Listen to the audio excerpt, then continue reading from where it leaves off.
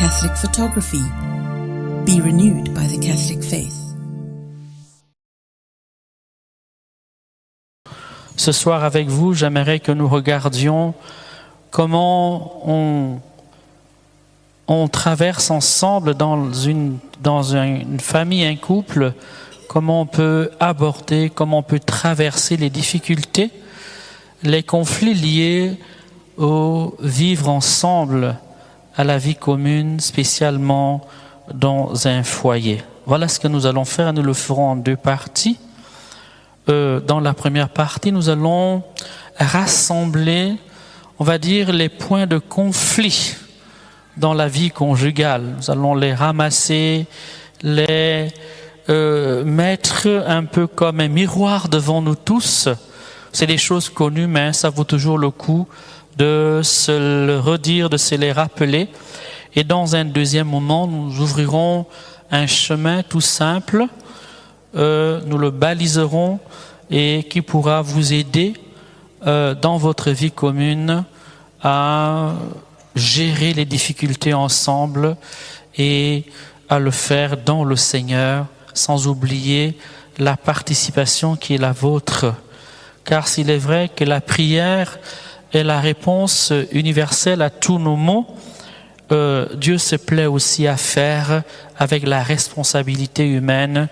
Dieu se plaît à associer l'homme à ses œuvres. Amen. Alors, j'aimerais lire Isaïe 58, le verset 12. Isaïe 58, le verset 12 dit « On t'appellera le réparateur des brèches, le restaurateur des chemins, pour faire habiter le pays. » Ce texte, bien sûr, s'adresse de manière éminente au Christ, qui est venu réparer les brèches qu'il y avait dans la relation qui unissait le ciel et la terre, les brèches qui nous unissent qui nous séparent, les uns aux autres, les brèches aussi parfois qui nous opposent à nous-mêmes, qui fragilisent le rapport que nous avons avec nous-mêmes, parce que l'homme n'a pas seulement de relation avec autrui, avec Dieu, l'homme est aussi un être de relation avec lui-même. Et souvent, dedans de nous, il y a des mondes d'opposition, il y a des mondes de pesanteur, il y a des voies de rébellion qui nous empêchent, d'être en communion, en accord, en harmonie avec nous-mêmes. Et c'est souvent là que se situe la première des difficultés dans, la relation avec autrui, comme dans la relation avec Dieu. D'ailleurs, la Bible nous l'enseigne, l'amour de Dieu, quelque part, se mesure à l'amour du prochain. Mais le prochain, c'est qui? Ce n'est pas d'abord celui qui est à côté de moi, ou ce n'est pas que celui qui est à côté de moi, c'est aussi moi-même. Amen. Qui m'est plus proche que moi-même? Personne. Amen. Donc, autant je dois aimer celui qui m'est extérieur, autant je dois apprendre à m'aimer dans le Seigneur, m'aimer avec justice dans le Seigneur. Alors on t'appellera le réparateur des brèches, le restaurateur des chemins pour faire habiter le pays. Ce texte peut s'appliquer dans un second moment à chacun d'entre nous, en tant que nous sommes les membres du corps du Christ et en tant que nous sommes missionnés, non seulement dans la société, mais également au cœur de notre foyer, de votre foyer familial, comme celui qui doit tout faire pour qu'il n'y ait pas de mur de séparation, pour qu'il n'y ait pas de fossé qui se creuse dans votre foyer et qui viennent à vous séparer progressivement l'un l'autre. Amen.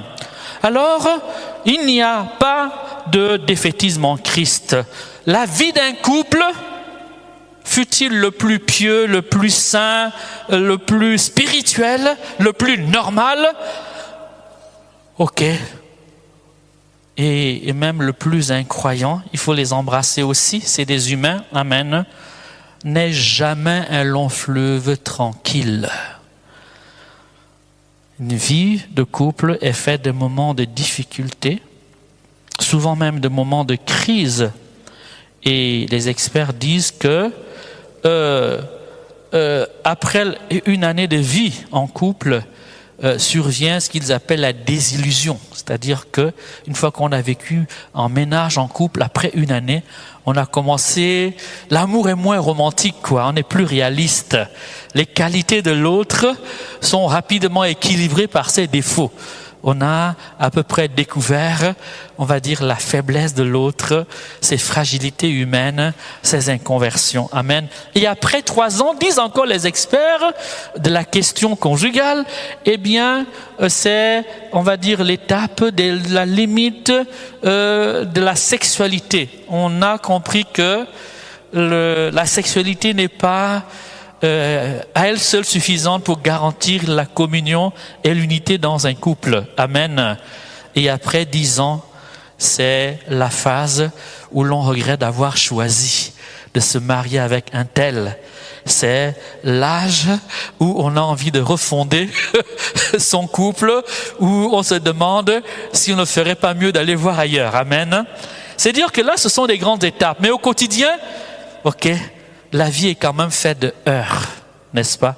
Parce que chacun d'entre vous est un monde à part. Parce que chacun d'entre vous a une sensibilité qui lui est unique. Parce que chacun d'entre vous voit le soleil derrière sa fenêtre ou par sa fenêtre ou à sa porte. Parce que derrière, chacun d'entre vous tout simplement a une opinion, un ressenti différent, personnalisé du réel. Amen. Mais bien aimés, les conflits sont en partie dus normalement à plusieurs facteurs. Mais parmi les facteurs les plus importants que j'aimerais vous signaler, il y en a un que j'ai déjà évoqué ici. Cette fois-ci, je vais le nommer négativement. C'est l'immaturité. L'immaturité. Ok. Voilà. Plus je regarde un peu, on va dire, les désaccords qu'il y a dans une vie de couple, plus je me rends compte que une grande partie du problème est liée à l'immaturité des partenaires, ou à l'un des partenaires, ou aux 2 partenaires. Et cette immaturité-là concerne d'abord la vie émotionnelle, c'est-à-dire l'incapacité des membres du couple à gérer leur vie émotionnelle et à prendre des décisions qui soient détachées, qui soient libérées de l'influence des émotions. Ok? J'ai mal, je m'insurge, je suis inquiet, j'ai peur, je suis en colère. Eh bien, la plupart du temps, ces émotions négatives, ok, informent souvent les attitudes des époux et les conduisent souvent à prendre des mauvaises décisions ou à avoir des mauvaises attitudes, avoir le geste qui, au lieu de construire, qui, au lieu d'unir et d'associer, qui, au lieu de bâtir, va plutôt ouvrir des brèches. Amen. L'immaturité émotionnelle, c'est-à-dire l'incapacité à gérer ses émotions et à prendre des distances par rapport à sa vie émotionnelle. Et lorsque l'on agit sous le coup de la peur, sous le coup de la colère, eh bien aimé, on n'est pas sous un bon conseil, n'est-ce pas? On n'est pas sous un bon conseil. Donc, le jugement est nécessairement biaisé. La parole sera toujours plus ou moins, comment dire, déviante, dévalorisante, agressive. La parole ne sera pas toujours constructive. Elle ne sera pas toujours lumineuse et édifiante. Alors, les émotions sont donc souvent, on va dire, cette force souterraine qui habite en chacun d'entre nous et que nous ne maîtrisons pas, qui va empêcher les partenaires, les époux, de penser au bien commun,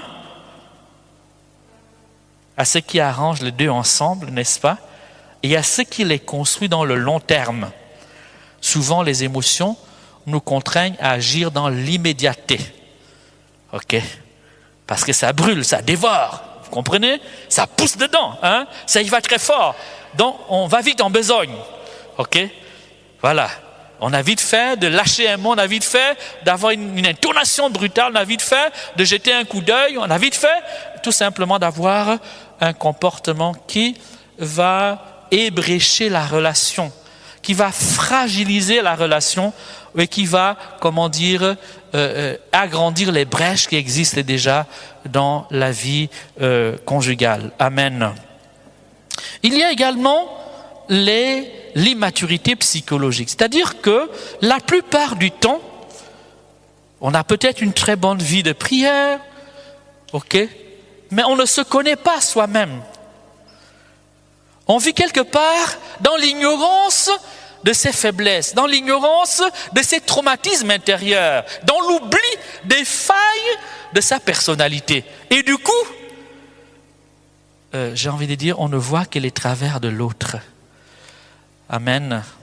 Et souvent, donc, cette incapacité à se connaître soi-même, à se comprendre soi-même, va affecter la vie commune. Amen. Parfois, nous accusons l'autre sans nous rendre compte qu'en fait, c'est nous le vrai problème. Mais quand on se connaît soi-même, on peut relativiser beaucoup de choses. Quand on est au courant, qu'on vit avec la conscience de ses propres limites, on devient moins juge sur l'autre. Amen. On devient un peu plus tolérant, un peu plus patient, un peu plus accueillant à l'endroit de son partenaire. Amen, amen, amen. Donc, l'immaturité psychologique fait partie des éléments qui vont agrandir les brèches dans une vie conjugale. Enfin, l'immaturité spirituelle, une vie de prière molle, relâchée, un manque de crainte du Seigneur. Voilà. Parce que si on est conscient que l'autre m'est donné par le Seigneur dans le sacrement de mariage, comme un élément du corps du Christ, comme un membre du corps du Christ qu'il faut chérir, dont il faut prendre soin, mais bien aimé, au-delà de sa personnalité, amen, amen, amen, ce que vous avez fait à l'un de ces petits qui sont les miens, ça s'applique aussi à ton époux et à ton épouse. Amen. Voilà. Ton époux, c'est aussi ce petit qui t'est confié par l'amour du Seigneur. Ce petit, c'est aussi ton épouse que Dieu t'a confié le jour de ton mariage. Il fait partie de ces petits pour lesquels Dieu attend que tu aies de l'attention, que tu aies de la tendresse, que tu aies de la compassion, que tu aies de la patience, que tu aies, de l'amour, que tu aies de la miséricorde, que tu aies toutes sortes de libéralité. Amen, amen, amen, amen. L'immaturité spirituelle, souvent, fait qu'en fait, on n'est pas assez conscient que derrière la stabilité d'un couple se joue non seulement le bonheur des deux. Dans un couple, on ne peut jamais être heureux seul. C'est impossible. Amen. Non seulement le bonheur de l'un et de l'autre se joue en relation avec l'autre, mais ce bonheur engage aussi celui des enfants. Ne pensons pas, que quand un couple se déchire, les enfants peuvent être heureux. C'est impossible. Et parfois, il y a des enfants qui vont se victimiser, entre guillemets, qui vont s'immoler intérieurement parce que leur seul souhait, c'est d'apaiser les tensions qu'il y a entre papa et maman. Parce que leur seul désir, c'est de réconcilier papa et maman. Amen. Tu vois, laissez venir à moi les petits-enfants. Les enfants de ton foyer, tes enfants, les enfants que Dieu vous a confiés, font aussi partie de ces petits-enfants que le Seigneur veut que vous lui apportiez par votre qualité de vie. Ils font partie aussi de ces tout petits. Souvenez, Matthieu 25, la parabole du jugement dernier. J'étais un étranger, j'étais malade, j'avais faim. Mais on pourrait ajouter aussi, j'étais ton époux. J'étais ta femme, ton épouse. J'étais ton enfant. Amen. Oh, mais quand est-ce que nous t'avons vu, Seigneur? À quel moment? Je t'ai toujours cherché, je t'ai toujours adoré, je t'ai toujours célébré. Jamais je ne t'ai rencontré nulle part. Ça, c'est la réponse des brebis galeuses, des boucs. Et la réponse divine est simple. Chaque fois que vous ne l'avez pas fait à l'un de ces petits, à moi non plus, vous ne l'avez pas fait. Amen. Du coup, au cœur même du foyer, l'autre, les partenaires sont, comment dire, des membres vivants du corps de Christ, des lieux tenants, c'est-à-dire des personnes qui sont en réalité des figures du Christ. Amen. Vous voyez, dans la théologie du mariage, c'est Éphésiens 5, je cite des mémoires, tel que ça me vient, ok, mais c'est le chapitre 5 de l'Épître aux Éphésiens, quand l'apôtre Paul va méditer sur le mystère conjugal, il va dire ce mystère est grand. Amen. L'union de l'homme et de la femme dans le mariage est l'image, l'icône, le symbole du mystère du Christ et de l'Église. C'est l'image des noces de l'agneau. Amen. En d'autres termes, les époux représentent quoi? L'union du ciel et de la terre, la communion de Dieu avec l'humanité, les épousailles du Christ et de son Église. Amen. Vous voyez? Si on est immature spirituellement, si on manque de profondeur dans la connaissance de Dieu, si facilement les émotions nous font oublier la réalité dans laquelle le mariage nous a établis et projetés, eh bien, on peut envisager sans aucune crainte, sans aucune peur un divorce. Vous comprenez? Hein? Le divorce devient quelque chose de banal, à la limite comme les païens, parce qu'on n'a pas compris. Parce que tout simplement, on n'est pas capable de voir beaucoup plus loin. Que ces épreuves, que ces douleurs, que ces souffrances, qui sont légitimes, qu'il ne faut pas évacuer, qu'il ne faut pas oublier. Le problème, c'est que le sang, le sacrement, a pour but de nous configurer au mystère divin. Amen. Ça veut dire quoi, nous configurer au mystère divin? Qui a compris? Nous rendre ressemblants, nous faire participer au mystère même du Christ. Immolé, rejeté, trahi, à l'église combattu, avili, humilié. Ça va les amis? Amen, amen, amen, amen. Amen. Voilà l'immaturité. Voilà donc un des éléments qu'il faut bien regarder de près et qui est, à mon sens, l'une des premières pierres d'achoppement de la destruction de beaucoup de foyers, qu'ils soient païens, qu'ils soient chrétiens. Amen. Deuxième élément, l'absence de dialogue. L'absence de dialogue. Les communicateurs font des formations, sur le dialogue. Comment apprendre à parler, comment apprendre à écouter, comment apprendre, à travers le consensus, comment apprendre à prendre en compte les attentes de l'autre, les désirs de l'autre. Nous pensons que ça va de soi, nous pensons que c'est naturel. Non, ce n'est pas toujours aussi naturel. On apprend à écouter, on apprend à dialoguer, on apprend à tenir compte de l'opinion de l'autre, on apprend à compatir aussi aux épreuves et aux souffrances de l'autre. Bien aimé, l'absence de dialogue. Vous devez comprendre que nous ne sommes pas transparents au prochain. Beaucoup de choses se voient, mais l'essentiel reste toujours, caché et invisible. Le dialogue permet donc de ne pas jouer quelque part au divin, de ne pas faire jouer son partenaire au divin. Tu es fâché, tu boudes et tu gardes le silence. Peut-être que pour toi, ça va de soi. Mais s'il te plaît, tu n'es pas une boule de cristal et ton mari n'est pas, un médium qui, juste en te regardant, en voyant l'expression de ton visage, va deviner tous les problèmes que tu as eus dans la journée. C'est peut-être les enfants, c'est peut-être la fatigue, c'est peut-être le stress du travail, c'est peut-être, la contrevention que tu as prise en arrivant à la maison, n'est-ce pas, et qui va faire une facture de plus. Amen, amen, amen. Le dialogue est l'une des clés de la connexion dans le couple, l'une des clés de l'harmonie d'un couple.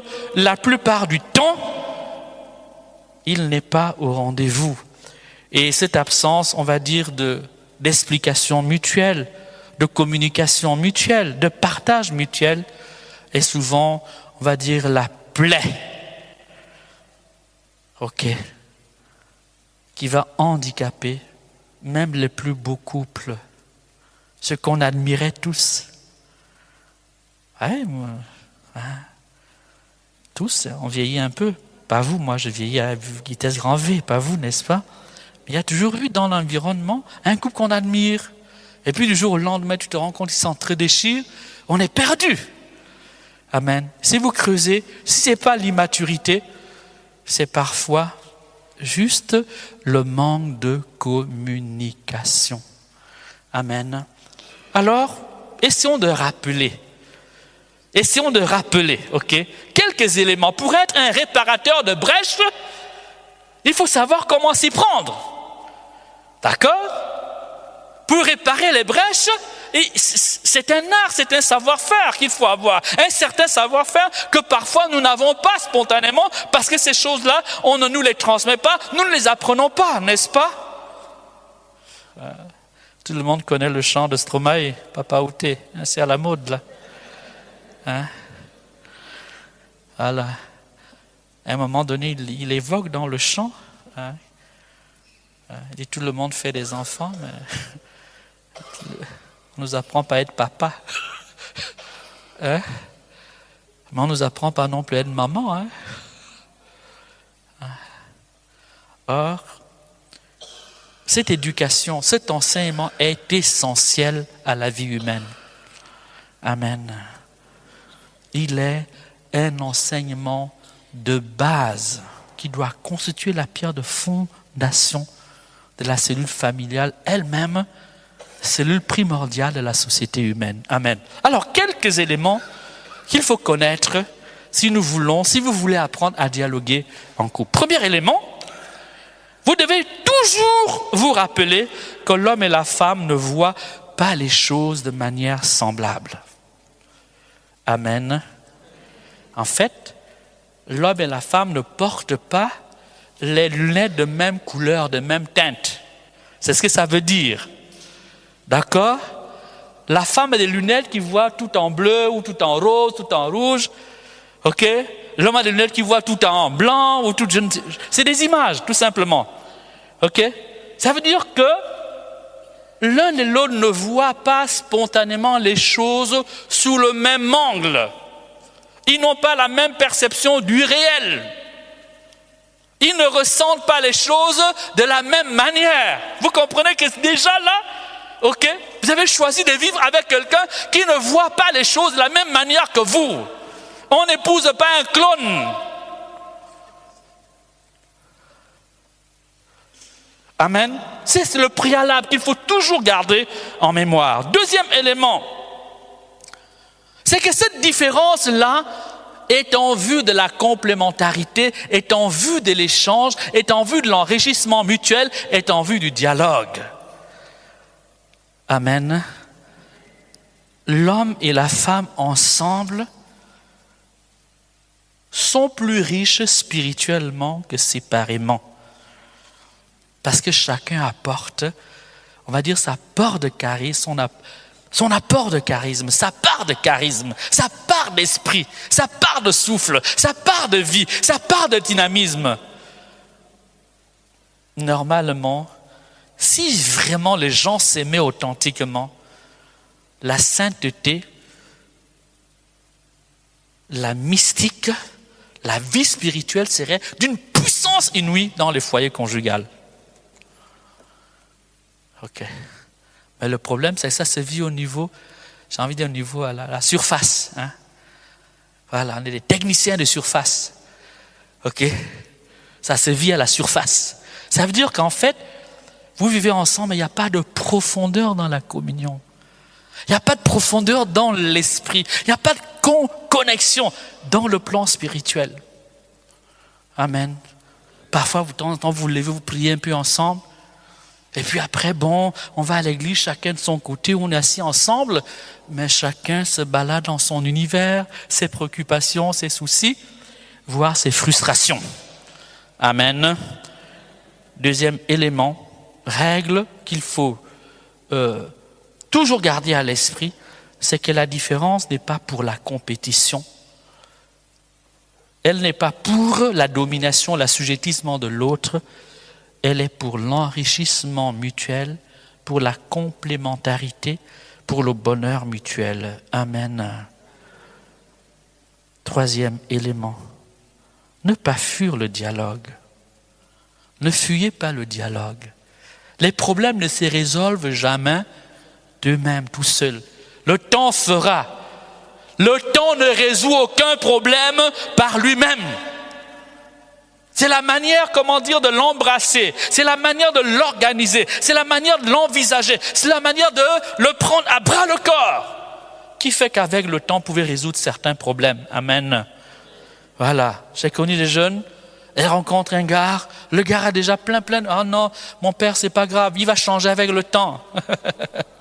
Il te dira, quand il demandera de changer, il te dira même, tu m'as connu comme ça. Tu as accepté de faire un chemin avec moi comme ça. Hein, tu savais qui j'étais, ok? Amen. Voilà. Le mariage est une affaire sérieuse. C'est pas un jeu d'enfant. Amen. Ça demande beaucoup de consistance humaine. Alors, souvent, l'homme a fui le dialogue. Quelqu'un dit ça, c'est vrai. L'homme a tendance à fuir le dialogue. Hein? Parce que l'homme n'aime pas trop... Voilà. L'homme n'aime pas le trop plein de paroles, quoi. Hein? C'est ça. C'est ça son problème. Hein? Voilà. Il n'aime pas trop se prendre la tête. Il n'aime pas qu'on lui prenne la tête. Amen. Voilà. Mais ce dialogue, concevez-le comme un lieu de partage, d'enrichissement, d'harmonisation, d'accord des cœurs, de communion des cœurs, de découverte de l'autre et d'accueil mutuel. C'est ça. Ok. C'est le dialogue qui permet justement de découvrir l'autre, de rentrer dans son intimité la plus profonde, d'aller au niveau de son cœur, de son âme, de ses motivations de fond, des problèmes qu'il habite, des questions qu'il se pose, de sa sensibilité interne, ok, de son ressenti des choses. Amen. C'est le dialogue qui permet d'arriver à ce niveau de connaissance de l'autre. Ici, les corps, l'union des corps est vite dépassée. Amen. Pour construire le dialogue, éviter d'accumuler les frustrations. Hein? Il y a des gens qui... C'est comme si la vie commune, c'est comme une poubelle. Ils ont une poubelle à côté. Dès qu'il y a un problème, ils mettent dans la poubelle. Il y a un problème, ils mettent dans le sac. Il y a un problème, ils accumulent comme ça, de mois en mois, jusqu'à ce qu'un jour, la petite goutte d'eau débordera, fera déborder le vase. Amen. Amen. Et il ne faut pas laisser les problèmes s'accumuler, s'entasser, au risque que la poubelle devienne insupportable, au risque que la poubelle devienne nauséabonde et empoisonne toute la relation. Amen. Il faut apprendre à dire les choses au fur et à mesure, mais les dire au bon moment et au bon lieu. Amen. Si chaque fois que votre mari arrive, vous mettez la radio, vous êtes la radio. Hein? Vous comprenez, non? Peut-être qu'il a eu une journée terrible au travail. Vous ne savez pas qu'est-ce qu'il a vécu comme épreuve au travail. D'accord? Il n'aspire qu'une chose, cette nuit-là, c'est de dormir un peu en paix. Vous allumez la radio. Ok? Voilà que vous mettez la radio. Et vous le réveillez pour dire, mais est-ce que tu n'entends pas? Ça va les amis? Vous le réveillez, dit, mais attends, mais moi je parle, toi tu dors? Est-ce que tu n'entends pas ce que... Non, il faut dire les choses au fur et à mesure, mais au bon lieu et au bon endroit. Ok. Le lit, la nuit est faite pour se reposer. Elle n'est pas toujours faite, mes bien-aimés, pour donner les informations de toute la journée. Ça va? Le journal télévisé, là, hein, de toutes les infos. Hein, le fait de la litanie de tous les problèmes. Hein? C'est comme au journal. Vous savez, dans le journal, c'est toujours ça. Hein? OK? Voilà. Vous imaginez si tous les soirs, vous mettez OK, la radio, OK, le journal. Bon, il y a eu ça. Et puis, c'est comme ça se passe un journal télévisé ou un journal radio. Il y a eu tel problème. Mais la troisième nuit, le gars, il a peur de s'allonger. il va commencer à traîner dehors parce que avec les amis, ok, sa tête n'est pas prise, ok. Il va traîner avec les amis, il va blaguer, il va rigoler parce que tout simplement, il a peur de la radio. Amen. Fermez-la de temps en temps, fermez-la souvent. Amen. Voilà, même quand il y a des problèmes, s'il vous plaît, ne les traînez pas dans le lit. N'amenez pas la poubelle dans le lit conjugal. La vie est déjà assez dure. Amen. Donc dites les choses progressivement. Amen, amen, amen, amen, amen. Au bon moment et au bon nom. Amen. Voilà. Et quand vous avez dit des choses, parfois il faut savoir donner du temps au temps maintenant. Hein? Quelqu'un lève la main. Ben, on n'a pas le temps des questions. Voilà. Dites ce que vous ressentez, mais respectueusement, sans accusation et sans victimisation. N'accusez pas l'autre. Ok? Vous n'êtes pas au tribunal. Dites-lui ce que vous ressentez, dites-lui qu'il y a un problème. Ok? Mais ne jouez pas au juge. D'accord? Et ne jouez pas non plus la victime. Vous êtes la femme la plus malheureuse, vous êtes l'homme le plus malheureux dans ce foyer. Ce n'est pas vrai. Amen.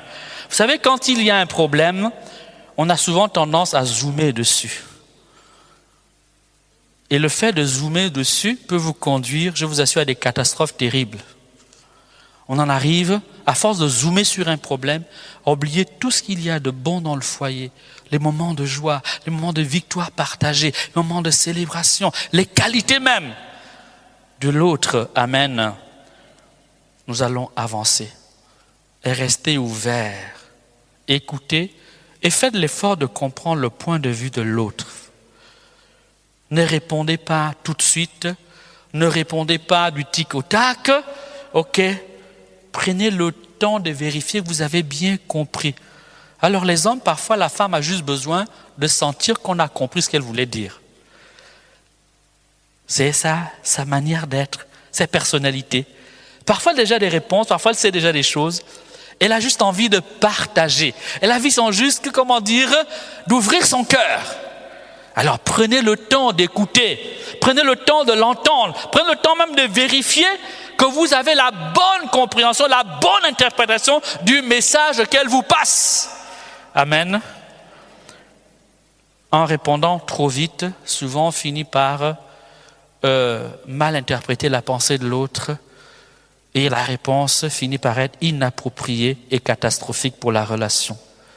Alors pour cela, il est important de faire l'effort de se mettre à la place de l'autre. À la place de l'autre. Ok. Faites l'effort chaque fois de vous projeter à la place de l'autre. Ok. L'autre, cet autre qui est votre époux, cet autre qui est votre partenaire, ok, n'est pas un adversaire, c'est pas un ennemi. C'est un partenaire de vie pour la vie. Amen. Vous vous êtes liés pour la vie.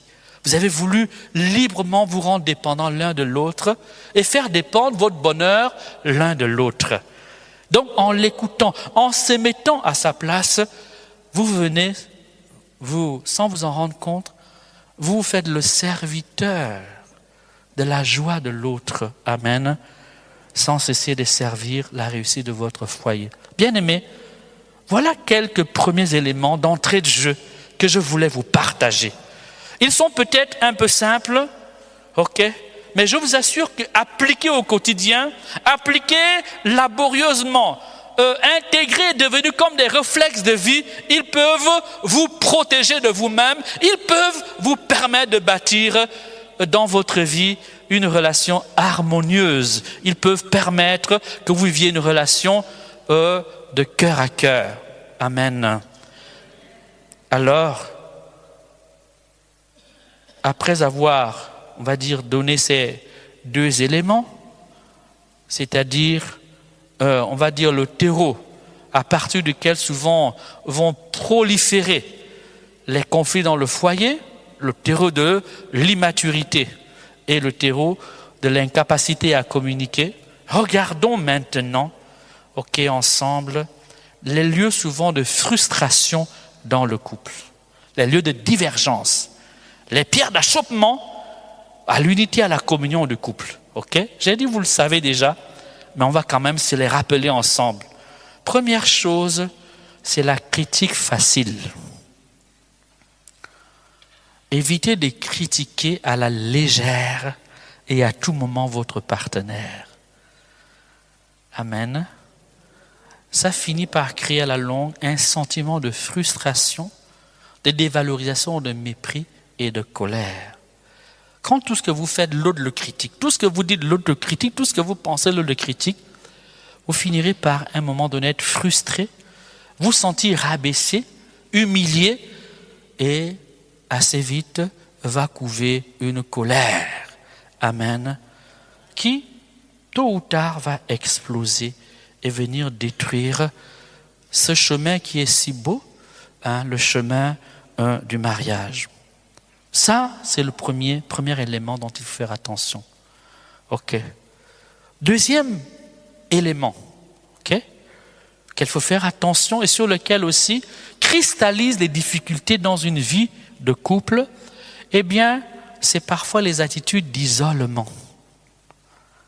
Vous avez un problème, vous avez tendance à vous replier sur vous-même. Voilà. L'homme s'enferme vite. Surtout si on a échoué dans le dialogue, la tendance à s'isoler, à se replier sur soi-même. On peut même punir l'autre par le silence. À dire qu'on ne parle plus, on se tait, Mais, s'il vous plaît, le mur de glace, ça ne construit aucune relation. Amen. Évitez de vous isoler. Évitez de fuir les questions qui fâchent. Ça crée la distance, ça installe un mur de glace. Ça ne fait qu'empirer la situation au lieu de la guérir, au lieu de la restaurer. Amen, amen, amen, amen, amen, amen. Troisième point, la manipulation. La manipulation. Un exemple de manipulation, c'est de faire sentir à l'autre que c'est vous qui amenez l'argent. Les hommes. La femme qui est à la maison, là, ce n'est pas parce qu'elle n'amène pas l'argent qu'elle ne fait rien. D'ailleurs, si on changeait un peu les rôles, tu verras combien c'est très difficile de gérer un enfant, de langer un enfant, de nourrir un enfant, de s'occuper de la maison, en même temps de s'occuper des problèmes de l'enfant. Amen. Mais madame ne gère pas que les problèmes de l'enfant et de la maison, elle te gère toi-même aussi. Ça va. Évitez donc le chantage, le mensonge, la menace, les paroles autoritaires. Tout cela finit par créer la méfiance, le ressentiment. Un autre danger qui menace le couple, c'est l'infidélité. On est dans un monde où la sexualité a été banalisée, ou même on a dépénalisé l'adultère. Et où tout pousse plus ou moins à l'infidélité conjugale. Mais bien aimés, sachez que rien ne ruine plus une relation conjugale que l'infidélité. Elle détruit la confiance en profondeur. Elle instaure un climat de révolte. Amen. Même chez les hommes ne supportent pas ça. Même si, parfois, ils peuvent le faire vivre sans trop de remords. Amen. Mais l'infidélité, elle ne vous construit pas, elle ne construira jamais votre foyer. Ne dites pas, puisqu'il fait, moi aussi, c'est vous qui allez vous dévaloriser, c'est vous qui allez vous diminuer, c'est votre dignité que vous allez engager. Amen. Le manque d'empathie, c'est-à-dire l'incapacité à prendre en compte les besoins affectifs, les attentes, le ressenti de son partenaire. Je vous l'ai dit, l'homme et la femme ne ressentent pas les choses de la même manière. Il faut donc faire souvent l'effort d'essayer de ressentir, d'essayer de comprendre ce que vit l'autre. Cette sensibilité, si on la développe, fait qu'on est plus accordé à l'autre, que la relation est plus harmonieuse. Amen. Le désengagement, ne donnez pas à l'autre le sentiment d'abandon et d'échec. Quand il y a un problème dans le foyer, il faut le résoudre ensemble. Amen. Même si on peut déléguer la résolution du problème à tel ou à tel autre, amen, mais c'est toujours bien que le problème soit réfléchi ensemble, pensé ensemble, pesé, sous-pesé ensemble, les solutions trouvées ensemble. Même quand vous avez déjà la réponse, ok, fût-elle la meilleure, prenez quand même l'avis de l'autre. Amen. Oui, vous aurez l'impression de perdre du temps, mais en réalité, vous aurez gagné parce que vous aurez créé un consensus, un accord, une harmonie avec votre partenaire de vie. Amen, amen, amen, amen. L'argent, ça va? L'argent est un facteur de division dans les foyers. L'argent, ce petit truc-là qu'on appelle l'argent. Amen. Le manque de transparence financière, les cachotteries dans la gestion de l'argent, okay? Le manque de budget familial, pas d'orientation commune dans la gestion de l'argent. Mais bien aimé, l'argent souvent détruit les familles en profondeur. Dans un couple chrétien, et même dans un couple non chrétien, ne pas s'accorder sur la gestion de l'argent et sur la transparence financière est source de beaucoup de suspicions, beaucoup de peur, beaucoup d'accusations et souvent aussi beaucoup de dérapages. Amen. J'ai dit beaucoup de dérapages. Parce que quand un homme commence à cacher son argent à sa femme, il va l'utiliser ailleurs. Amen, amen, amen, amen, amen. Il va l'utiliser ailleurs. Et souvent, il ne l'utilisera pas à bon escient. OK? Il ne l'utilisera pas à bon escient. Alors, la transparence financière par rapport à madame, OK? Elle ne t'humilie pas. Elle peut être un garde-fou pour tout simplement ta vie. Amen. Amen. Regarde, je vais prendre un exemple terre à terre. Peut-être un peu trop terre à terre. Voilà. Quand un homme entretient plusieurs femmes dehors, l'argent, il est obligé de trouver de l'argent, non? OK? Quand madame ne connaît pas le contenu de la poche du porte-monnaie de son époux, c'est facile que l'homme dérape, n'est-ce pas? C'est facile qu'il entretienne d'autres rapports, d'autres relations à l'extérieur. Madame ne sait pas exactement qu'est-ce qui rentre dans le... OK? Amen. C'est pareil aussi. Quand madame ne partage pas avec son époux ce qu'elle gagne, elle peut prendre une partie pour sa famille, une partie pour d'autres. Vous comprenez, non? Donc, une vision commune. Un partage de la gestion de l'argent, des décisions communes sur la question de l'argent.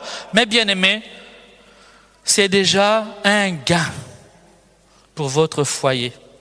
C'est une pierre d'achoppement brisée et renversée de plus. C'est un mur de séparation cassé d'avance.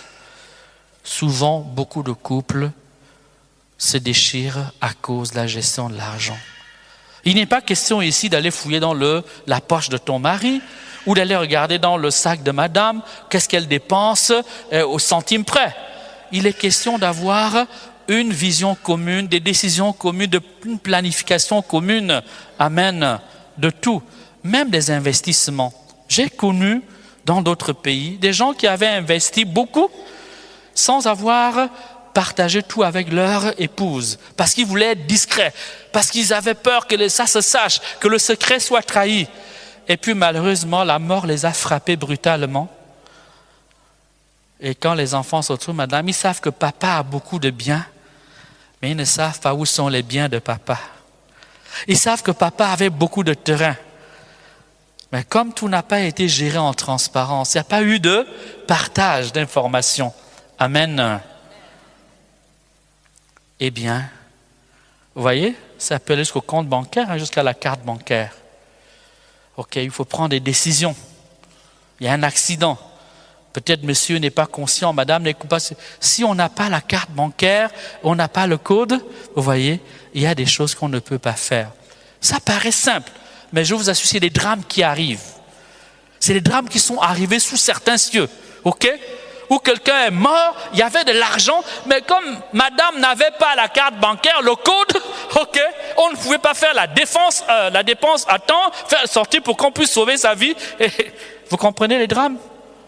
Donc ça peut paraître banal, non, ça pour certains, peut-être que c'est acquis, mais ce n'est pas acquis pour tout le monde. Ou ça peut être acquis une partie de la vie, et puis progressivement la vie ayant tendance à défaire ce qu'on compte comme acquis, eh bien, petit à petit, on commence à prendre des libertés et on commence à voir des zones réservées. Et amen.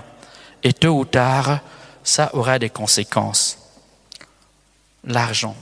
Voilà donc un élément qu'il faut regarder de très près. La relation avec la famille. Nous sommes ici des Africains. Rien de plus important pour nous que la famille. Amen. La relation avec la famille. Mais bien aimés, voilà un autre lieu de litige, un lieu de conflit possible. Amen. Vous devez en parler, vous devez le mettre dans la lumière. Vous devez décider ensemble de votre solidarité à la famille. Aussi bien à l'endroit du mari qu'à l'endroit de la femme. De comment on pouvait accueillir les parents, qu'on pouvait gérer la belle famille, mon Dieu, la belle famille. Ça va? Est-ce qu'il y a un problème? Hein? Je pense que partout, hein, quand on dit belle famille, même en Europe, les gens réagissent. Hein? Vous comprenez, non? Voilà. C'est un lieu possible de grands conflits, de grands malentendus. Ok? On a vu des foyers qui étaient bien partis, finissent par se déliter, finissent par, se fracturer, tout simplement parce qu'on n'a pas été capable de gérer les relations familiales. Elles se gèrent, elles doivent se gérer en transparence. Parlez-en, parlez ensemble. Dites comment vous allez traiter belle maman, beau papa, comment vous allez traiter les belles sœurs, les belles sœurs, hein? Voilà, spécialement celles qui ne t'apprécient pas, ok? Celles qui ont l'impression que tu leur as volé leur frère. Il faut en parler, amen. Il faut en parler de telle sorte que le couple soit protégé, mais en même temps que l'on ne trahisse pas les liens de famille et les devoirs de solidarité familiale. Si vous voyez, on a eu un bon dialogue dessus et qu'on décide ensemble, on peut trouver des réponses qui vont protéger chacun et qui vont protéger le foyer. Parfois, il y a des familles qui demandent trop. Parfois, il y a des familles qui sont intrusives. Vous le savez, non? Il y a des familles qui sont intrusives. Vous épousez une femme et c'est toute la famille qui vient. Ok? Ça va? J'ai mal parlé? Vous êtes dans cette situation-là? Ok? Vous êtes dans cette situation? Hein? Ok? Quelqu'un dit oui. Donc, vous voyez, il faut en parler. On doit en parler. Il faut en parler sereinement, calmement, paisiblement pour trouver les bonnes réponses. Et les bonnes réponses seront celles qui trouvées ensemble. Celles qui seront trouvées ensemble. Amen. Une fois que vous les avez trouvées ensemble, vous pouvez les appliquer simplement et sereinement. Vous voyez, les relations avec la famille, c'est aussi les relations avec les amis, avec les parents, le voisinage. Ça va aussi avec, n'est-ce pas? Ça doit aussi pouvoir, se réfléchir ensemble. C'est tout cela qui fait qu'en fait, il y a une communion des cœurs, un accord des cœurs. C'est tout cela qui fait que l'amour, en fait, s'approfondit. Avant, il était peut-être une affaire de sentiments, une affaire de vibration, d'attirance. Maintenant, ce sont les esprits qui s'accordent. Ce sont les regards qui s'accordent. Ok?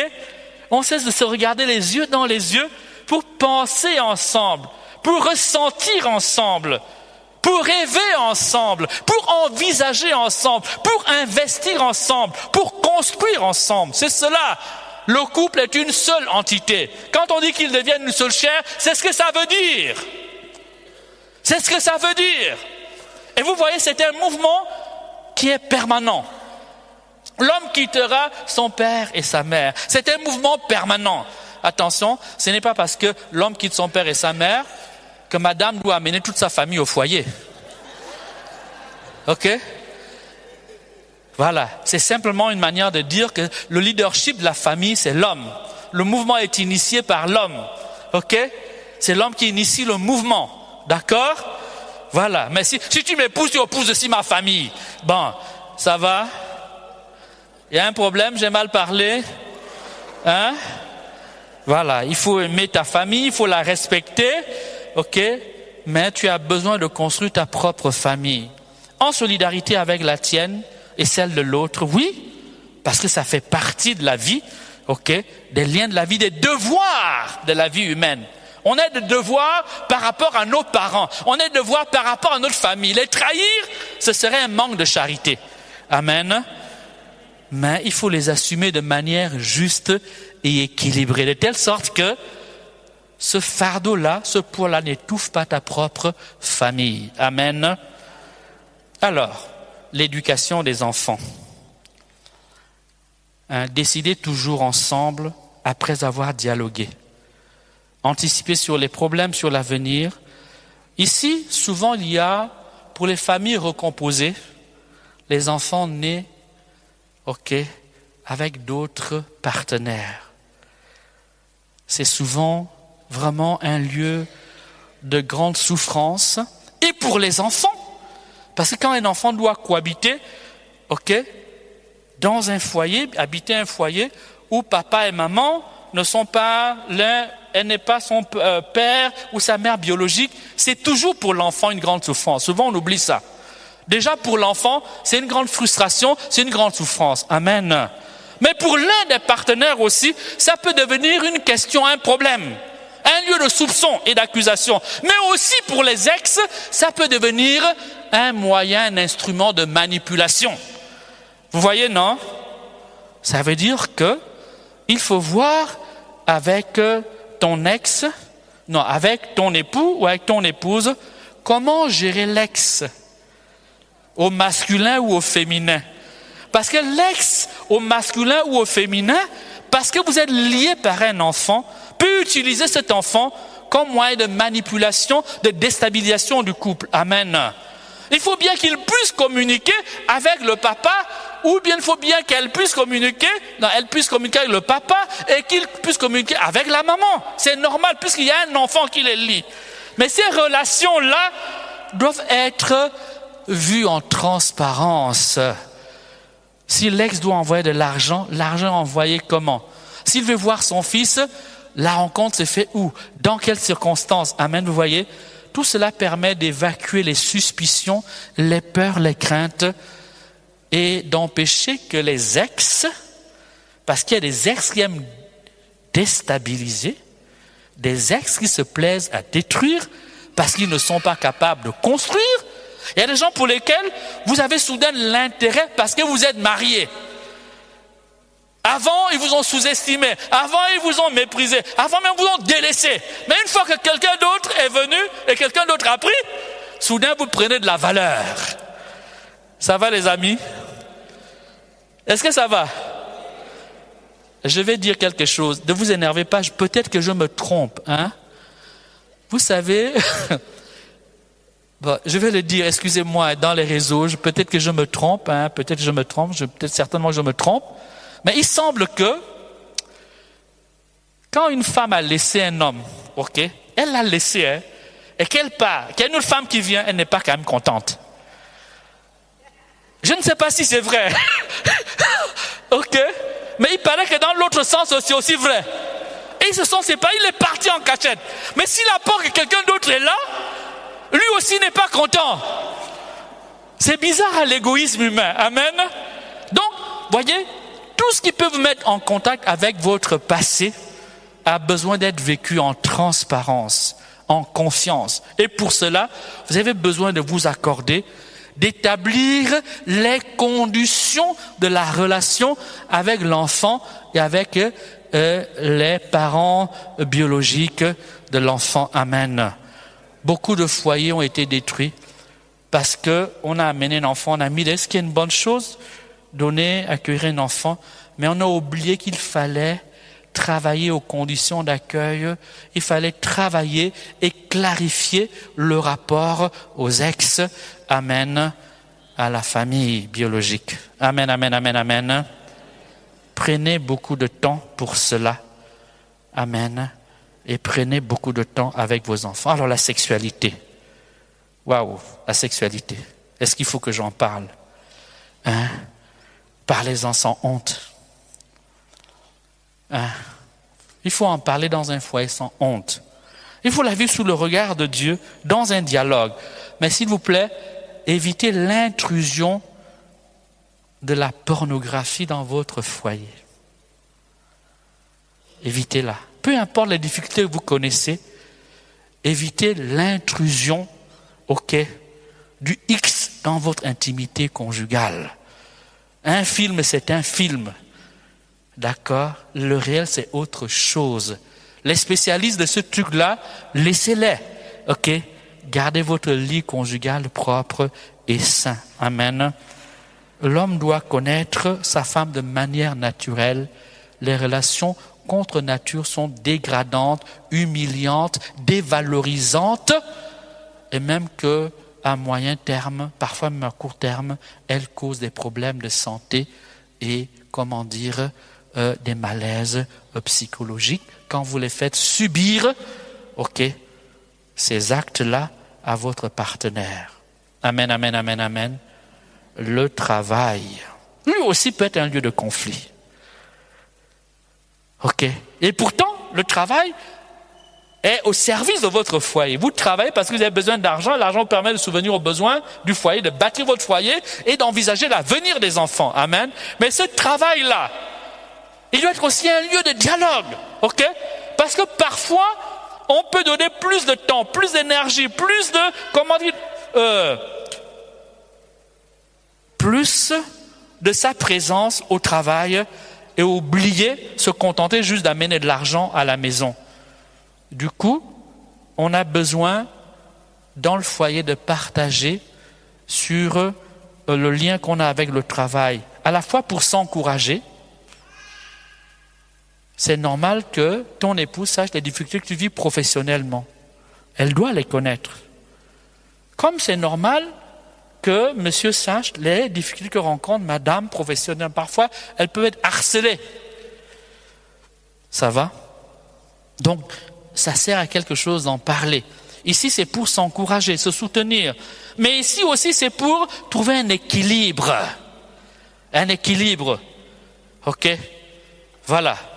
Beaucoup de couples ont fini par divorcer quand arrive l'âge de la retraite parce qu'en réalité, ils n'ont jamais vécu ensemble. Vous savez ça? Que beaucoup de couples, quand ils arrivent à l'âge de la retraite, divorcent parce que soudain, ils sont obligés de vivre ensemble.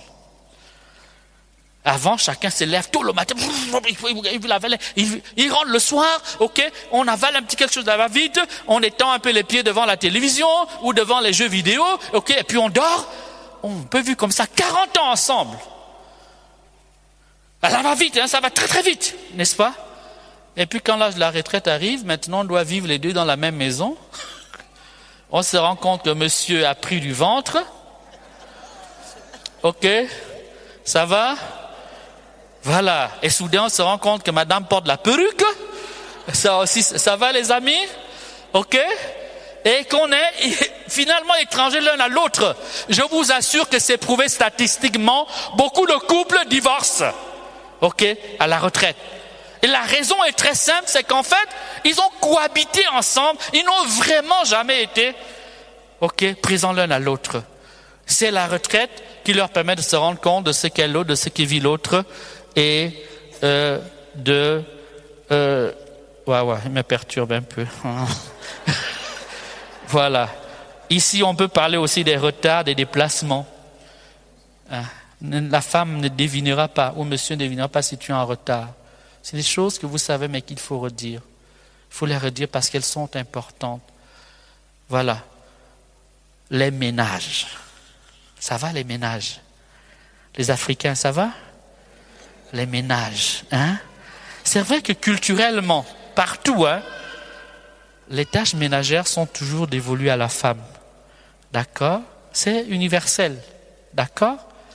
Mais attention, ne considérez jamais madame comme votre servante. C'est pas une employée.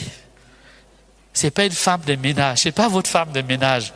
C'est votre partenaire de vie. Amen.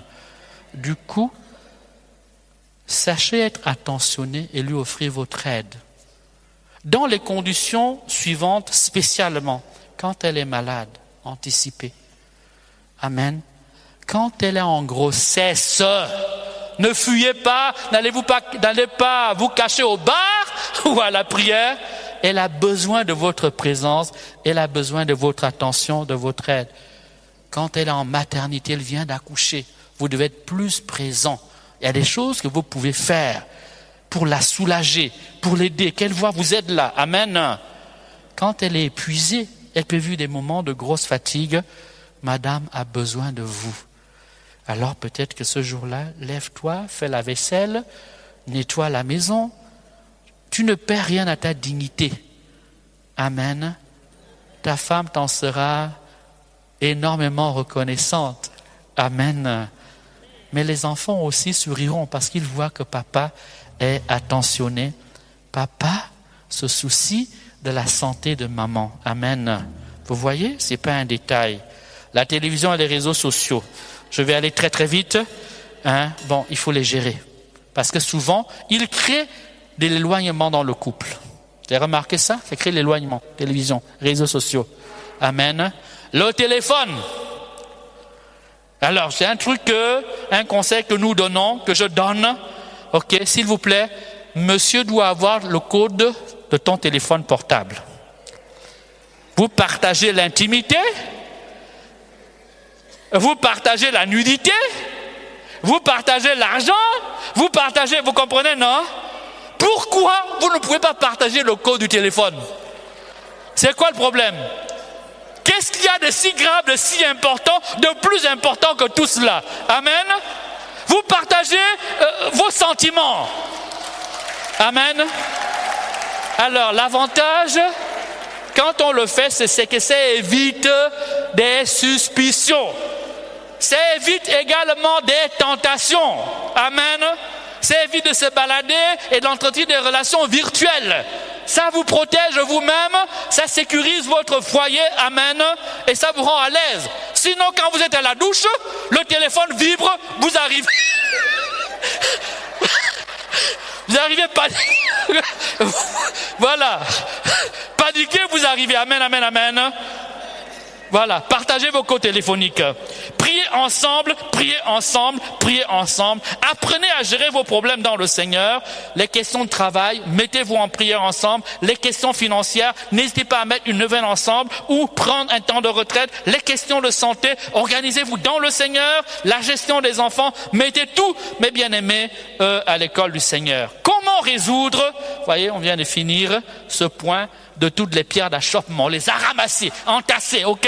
Vous les voyez, non? Est-ce que vous les voyez maintenant? Alors, quand il y a un conflit, comment le résoudre? Il n'y a pas de recette. Strictement pas, il n'y a pas de recette. Il y a des chemins. Il y a des actes qu'on peut poser. Première chose qu'il faut savoir, mes bien-aimés, c'est les deux piliers indispensables, c'est la maturité humaine. Je reviens à la maturité. Quand on est mûr humainement, on peut gérer un conflit. Quand on est immature, c'est difficile de gérer un conflit. Amen. Deuxième élément, quand on aime réellement, quand l'amour n'est pas simplement, superficiel, sentimental ou intéressé, on peut gérer et affronter un problème. Amen. Comme dit la parole de Dieu, l'amour ne fait rien de malhonnête. Quand tu es honnête, amen, avec toi-même, dans ton action, tu es capable de dialoguer avec ton épouse, avec ta femme. Amen. L'amour ne cherche pas son intérêt. Quand on cherche l'intérêt du bien commun, l'intérêt du foyer, l'intérêt du ménage, l'intérêt du couple, mes bien-aimés, on peut dialoguer. On est capable de trouver les solutions ensemble pour résoudre les conflits dans un foyer. Amen. L'amour fait confiance. Quand on fait confiance à soi-même, confiance à son épouse, rien n'est assez grand pour vous empêcher de trouver les voies et moyens de résoudre un conflit. Amen. L'amour est patient. L'homme ne change pas toujours immédiatement. La femme non plus. On peut donner du temps à l'autre. Amen. Il faut beaucoup de temps et beaucoup d'efforts parfois pour qu'un homme change, une femme également. Amen. L'amour se soucie de l'autre. Aimer quelqu'un, c'est se sentir responsable de son bonheur et de son bien-être. Et aimer quelqu'un, c'est quoi? C'est pas ressentir le cœur qui bat boum boum boum boum boum boum boum boum, ok? Aimer quelqu'un, c'est se sentir responsable de son bonheur. Quand tu aimes tes enfants, regarde comment l'amour te pousse. Tu cherches qu'ils aient une bonne éducation, qu'ils soient bien vêtus, qu'ils soient en bonne santé. Aimer, c'est se soucier du bonheur de l'autre. Amen. Quand l'amour habite les partenaires, et vous savez, la source de l'amour, c'est Dieu, eh bien, on peut construire, on peut trouver les voies et moyens. Amen. L'amour est donc service de l'autre, il faut dire l'hymne à la charité. L'amour pardonne tout, et non pas 7 fois. Jésus a dit 77 fois. 77 fois, Matthieu 18, 21, 22. S'il y a un lieu où on est invité à pardonner 70 fois, 7 fois, c'est dans le foyer. Ok. Après le foyer, c'est peut-être un peu le travail. Mais s'il y a vraiment un lieu où on applique cette parole de Jésus-là, c'est dans le foyer. Parce que tous les jours, il y a des petites éclaboussures, il y a des petites égratignures. Si tu n'es pas capable de pardonner, mes bien-aimés, le foyer ne fera pas long feu. Mais si tu es rempli de l'amour de Dieu et que l'esprit de pardon habite en toi, 70 fois, 7 fois tu pardonneras. Et du coup, on comprend que la parole de Jésus n'était pas déconnectée du réel. C'est ce qui arrive. Les couples qui vivent longtemps ensemble, ce sont les couples qui se sont beaucoup pardonnés. Les couples, vous voyez, là, ils sont ensemble depuis 20 ans, 30 ans, ok? Ils viennent, ils donnent des témoignages. S'il vous plaît, si vous grattez un peu là, ils se sont beaucoup pardonnés. Ils ne sont ensemble que parce qu'ils ont appris à se pardonner. Il n'y a pas d'amour mutuel, il n'y a pas de vivre ensemble possible sans le pardon. Même Dieu lui-même, pour nous aimer, est obligé d'intégrer le mystère du pardon. Dis Amen. Dis Amen. Alors, les étapes de la résolution d'un conflit, il y en a à peu près 3. Premièrement, la volonté donc de construire, la volonté commune de construire. Deuxièmement, trouver un cadre de communication, on en a déjà parlé. Et troisièmement, apprendre à se pardonner. La volonté commune de résoudre le problème, ok? Quand elle est au rendez-vous, mes bien-aimés, le problème est déjà résolu. Quand les deux ont la volonté de construire, de résoudre le problème est déjà résolu. Le reste, c'est le dialogue, le reste, c'est l'entente. Amen. Mais quand l'un des partenaires ne veut pas résoudre le problème, il ne nous reste que la force et l'arme de la prière. Amen. La communication, on l'a déjà dit. Choisissez un lieu et un temps favorable à l'échange. Allez à l'essentiel. Dites les choses sans âme, sans accusation, sans frustration, sans être le tribunal de l'autre. Celui qui... Proverbe 18:13 dit, celui qui répond avant d'avoir entendu, c'est pour lui une folie, une opprobre. L'écoute dans le dialogue. Amen. Si aucune solution n'est trouvée dans ce dialogue, faites appel à une aide extérieure. Mais attention, souvent les proches viennent gâter. Vous avez compris? N'allez pas raconter à belle maman tous vos problèmes de foyer. Ou à beau papa, ok, d'accord, ou à la belle-sœur, ok, ou à la grande sœur. Parfois la grande sœur est elle-même blessée jusqu'à, quand tu lui racontes, ça réveille ses blessures et tout ce qu'elle va lâcher là, quand tu reviens, tu es plus en colère que quand tu étais parti. Amen.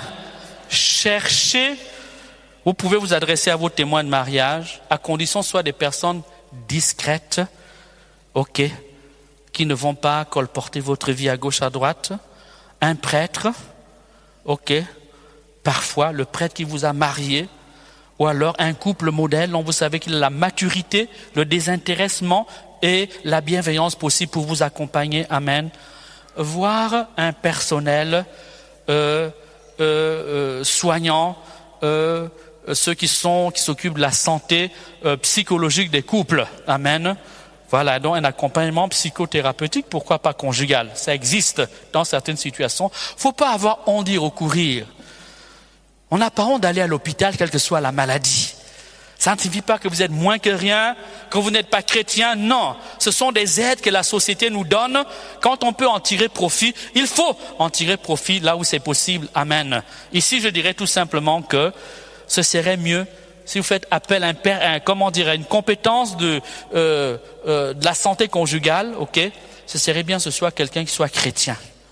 Ok, amen. Les échanges peuvent se faire plusieurs fois. Vous n'êtes pas obligé de résoudre le problème tout de suite. Vous pouvez rencontrer, et puis petit à petit, à force de vous parler, le cœur s'apaise, l'harmonie se crée, les solutions émergent ensemble. Amen. La réconciliation.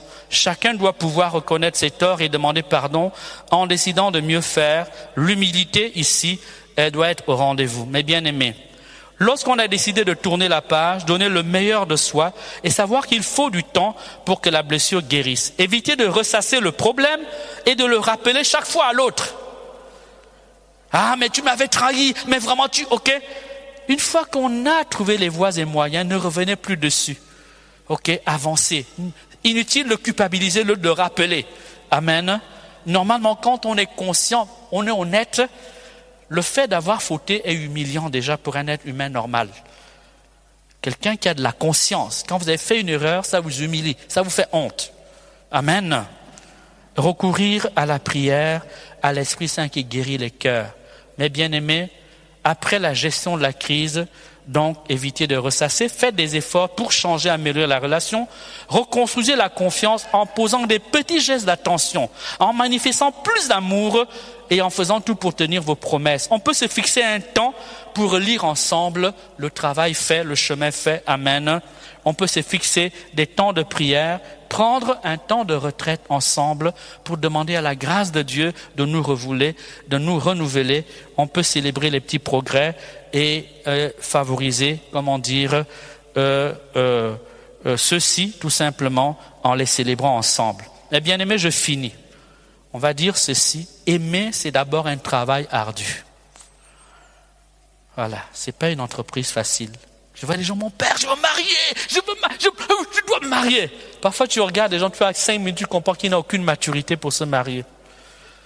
Il y a beaucoup de gens qui cherchent le mariage, qui pleurent le mariage, qui veulent se marier. Mais si on leur donne un mari, ou bien on leur donne une femme, ça ne va pas tenir. Ça ne tiendra pas longtemps, parce qu'ils n'ont pas les capacités, ils n'ont pas les épaules pour gérer ça. Amen. Amen. L'amour engage plus que les sentiments, il engage la volonté déterminée de bâtir contre vents et marées. Amen. S'aimer, ce n'est pas se regarder l'un l'autre, mais c'est se regarder, ou plutôt regarder ensemble dans la même direction, a dit un grand homme. Amen. La crise, alors, permet d'aller en eau profonde. Elle permet de se dépasser, de prouver son amour à l'autre. Elle devient le moyen de prouver son amour à l'autre et le moyen d'approfondir sa relation. Enfin, faites du dialogue votre règle d'or. Si vous êtes en couple, même si vous n'avez pas encore tout à fait la maturité, il vous le manque, au moins votre règle doit être de dialoguer sur tout et en tout et pour tout. Amen.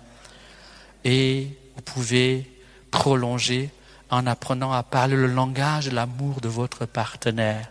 Ici, je cite un certain Gary Chapman et son enseignement sur les 5 langages de l'amour, c'est-à-dire certains dans le foyer apprécient les paroles qui valorisent, d'autres c'est plus les cadeaux, d'autres c'est les services qu'on rend, d'autres c'est encore les moments de qualité, d'autres encore c'est la présence physique, le toucher, les caresses, la tendresse.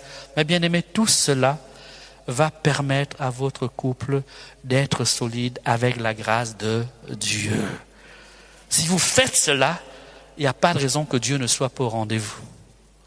Il n'y a pas de raison que Dieu ne bénisse pas. Il n'y a pas de raison que Dieu ne vous accompagne pas. Il n'y a pas de raison que Dieu ne soit pas au centre de votre amour. Il sera fécond. Il sera béni. Vous serez bénis. Et vous serez bénis dans vos enfants. Amen. Parce que vous avez rempli votre part d'alliance avec Dieu. Le mariage est une alliance d'amour et de grâce. Amen. Quand l'homme joue sa part, Dieu est fidèle. J'aimerais arrêter là. Je pense que j'ai largement dépassé le temps. Voilà. J'aimerais arrêter là. Voilà.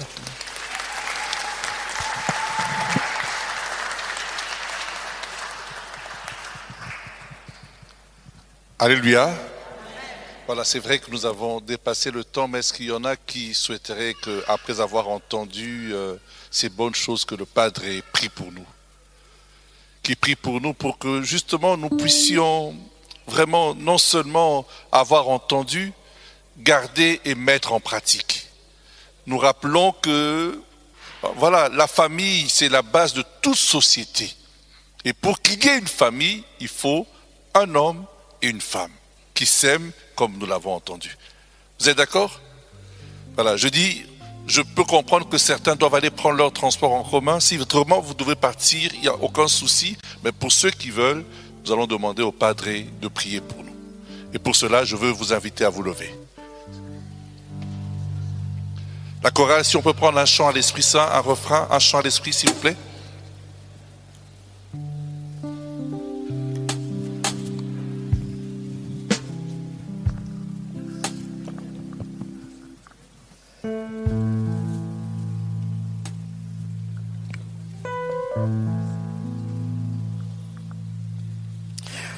Seigneur, sois béni, sois loué, sois magnifié pour ce temps d'échange, de communion en toi, ce temps également d'éclairage et d'enseignement. Père, que le nom vivant de Jésus soit avec nous, que le nom vivant de Jésus repose sur nous, qu'il nous sanctifie, qu'il nous fortifie, qu'il nous apporte, Seigneur, réconfort, grâce, consolation et bénédiction.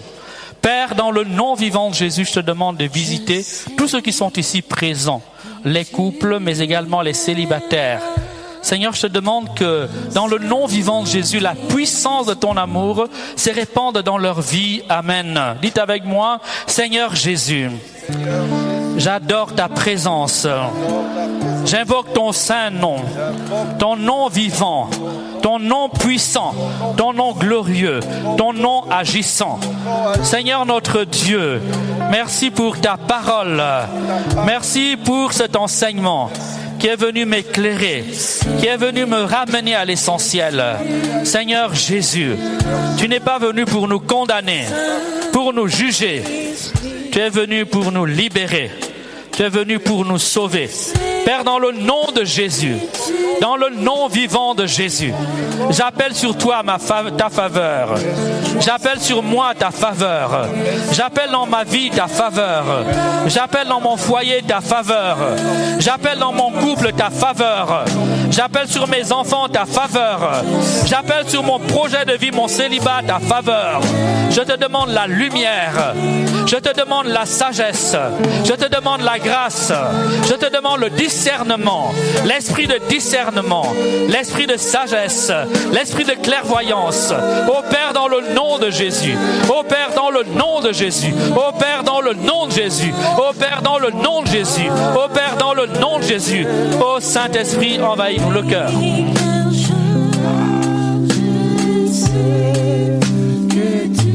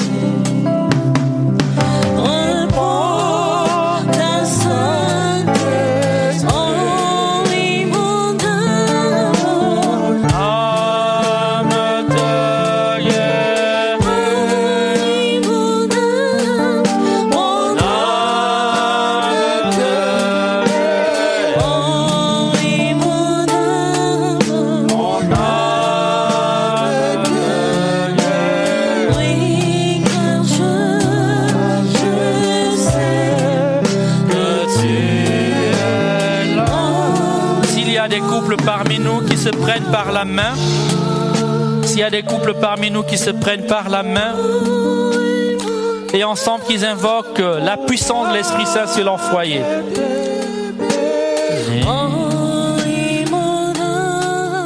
Mon âme te bénit, car je sais que tu es là.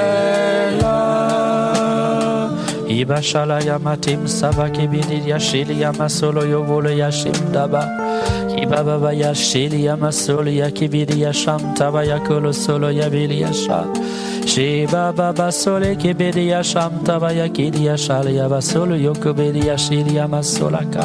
Imbaga basokolo yashili yavili yasham taba yakolo solo shali yamasanta. Kiba baba sole kidi yasham taba yakoli yashili yabasam tobele yakale yasha. Yikele solo shali yamasum taba yakibidi yasholo yagamalakum tabaya. Tibi babakolo solo tibi shakaya tidi yashili yasama. Loke di shamtaba ye bebe yashem nasalu kol yashal yasham toba yakol yashedi malasom taba ibaka solo ke di shamtaba. Seigneur, merci pour ces personnes qui ont le sentiment comme si des écailles tombaient de leurs yeux. Ils pressentaient tout cela, mais si désormais les choses leur apparaissent évidentes, claires comme l'eau de roche. Le Seigneur vient vous éclairer. Le Seigneur rejoint également des personnes qui ont l'impression d'avoir gâté leur vie, d'avoir gâté tant de belles relations, parce qu'ils ont manqué de formation, parce qu'ils ont manqué de lumière. Ces personnes ressentent une grande tristesse dans le cœur, parce qu'ils ont connu de belles rencontres, fait de belles relations. Ils auraient pu avoir de beaux couples, de beaux foyers. Et souvent, par manque de lumière, par manque de sagesse, par méconnaissance de ces choses, ils sont passés à côté de beaucoup de bonheur. Seigneur, viens les consoler. Seigneur, viens les fortifier. Seigneur, viens les éclairer. Père, dans le nom vivant de Jésus, je te demande également de fortifier tous les couples qui ont peur de leur avenir, peur du lendemain, peur de l'insécurité du lendemain, peur de leur propre fragilité. Seigneur, dans le nom de Jésus, je te demande de libérer dans leur vie la grâce du sacrement de mariage. Seigneur, ils se sont unis devant toi. Ils se sont engagés avec toi, pas contre toi, mais avec toi. Seigneur, prends le relais de leur misère. Seigneur, soutiens leur fragilité. Seigneur, affermis-les. Rends leur amour plus profond. Rends leur amour plus beau. Oh, gloire à toi, Seigneur. Oh, Shabaya Kolo Joshododia Bidia Shala.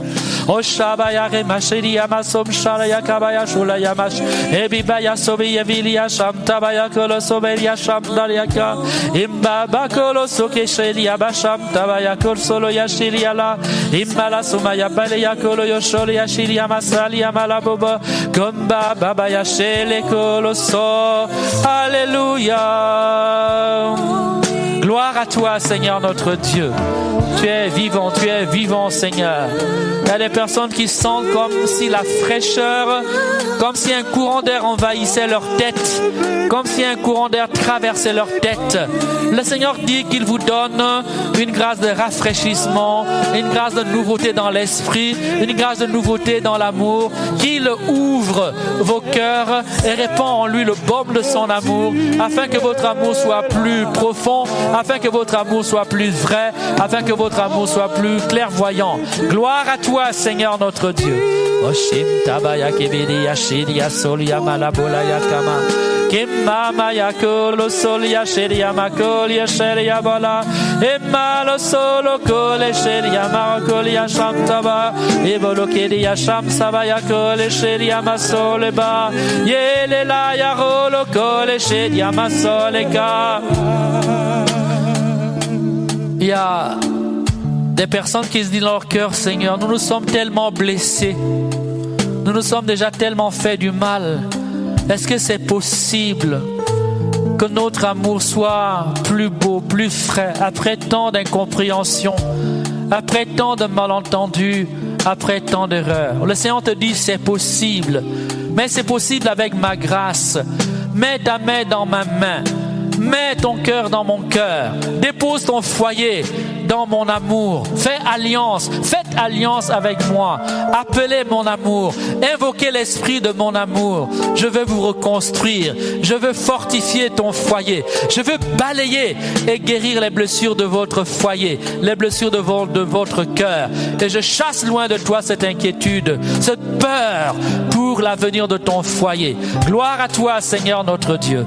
Oh Shabaya Matibilia Suntabaya Kulia Sheliaba Ombaya Kulia Shoya Soya Keya Sholia Masom Tabayaka Lela Baso Koloso Temaya Shom Tabaya Loleya Yemsa Makaso Kele Shaya Makoso Lekele Sham Amdimala Solekeya. Il y a une personne, je crois que c'est un homme qui a envie de fonder un foyer. Il a fait beaucoup de rencontres. Il a essayé de vivre en couple plusieurs fois, mais chaque fois ça a échoué. Et il est comme désolé parce que l'âge avance. Il sent que son âge est en train d'avancer et qu'il pourrait ne pas rencontrer la bonne personne. Le Seigneur te dit de lui faire confiance, de mettre tout cela dans la prière, de l'écouter lui. Et chaque fois que tu rencontreras la personne qui te semblera être la bonne, prends le temps de prier, prends le temps d'écouter le Seigneur, car il promet qu'il enverra vers toi la bonne personne. Mais elle viendra de manière inattendue. Ce n'est pas, la personne ne viendra pas comme tu l'attends, comme tu l'espères.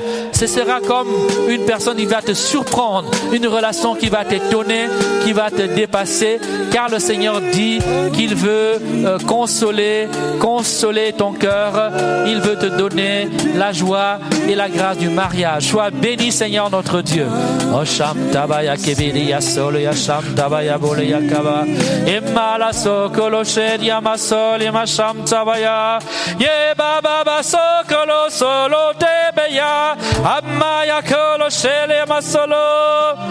Levez les mains vers le ciel et que chacun ouvre la bouche et invoque l'Esprit Saint, l'Esprit de grâce, l'Esprit d'amour, l'onction de l'Esprit Saint, qu'il appelle la faveur de Dieu, l'amour de Dieu sur sa vie, la lumière de Dieu sa vie. Ô Père, dans le nom de Jésus, ouvre les écluses du ciel et fais pleuvoir sur chacun ici présent, Seigneur, des grâces de force, des grâces de lumière, des grâces d'amour, des grâces de mariage, des grâces de communion avec l'âme sœur. Seigneur, ouvre les yeux de leur cœur pour qu'ils puissent discerner, pour qu'ils puissent recevoir. Donne la sagesse, change les tempéraments, Père, au nom de Jésus, afin qu'ils soient capables de faire le bon cheminement, afin qu'ils soient capables de recevoir et d'accueillir la personne que tu leur destines. Père, dans le nom vivant de Jésus, gloire à toi, Seigneur notre Dieu.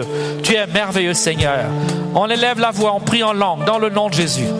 On prie en langue dans le nom de Jésus. Pour ceux qui ont cette grâce-là, ouvre la bouche, prie en langue dans le nom de Jésus. Prie en langue, prie en langue. Oh, gloire à toi, Seigneur notre Dieu. Oh, Shabakaso kebishiti basamaya sholataba.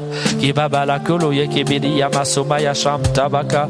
Kibakabaya shidi yamasom tabaka bakabakabaya solo yotoke. Quelqu'un est visité. Tu sens comme une grande douleur au milieu de la poitrine. Je dis bien au milieu de la poitrine. Entre les deux seins, vraiment au milieu, une grande douleur. C'est comme si on t'avait enfoncé quelque chose là, une grande douleur. C'est le signe que le Seigneur te donne pour te dire qu'il est en train d'agir dans ta vie, que cette neuvaine changera beaucoup de choses dans ta manière de voir les choses, dans ta manière de communier avec Dieu et dans ta vie. Reçois cette visitation du Seigneur, cette faveur de Dieu, cette grâce du Seigneur. Gloire à toi, Seigneur notre Dieu. Oh Shabaya Kimasibilia Solo Yamatam Tuba Kibilia Shulia Masibilia Sham Tabaya Korio Sholaka Kibasom Tabaya Kolia Shem Tabayaka Lebaso Koloso Tebeya Sham Tabaya Ekibisholo Semia Bilia Shaliama O Semaya Sham Shebeya Kole Seliama O Seyaba Rokolo Sholiama Se. Gloire à toi, Seigneur notre Dieu. Tu es vivant. Dites avec moi, Seigneur Jésus, par le feu de ton Esprit Saint, le feu d'amour, le feu de la Pentecôte. Je te demande de me visiter maintenant.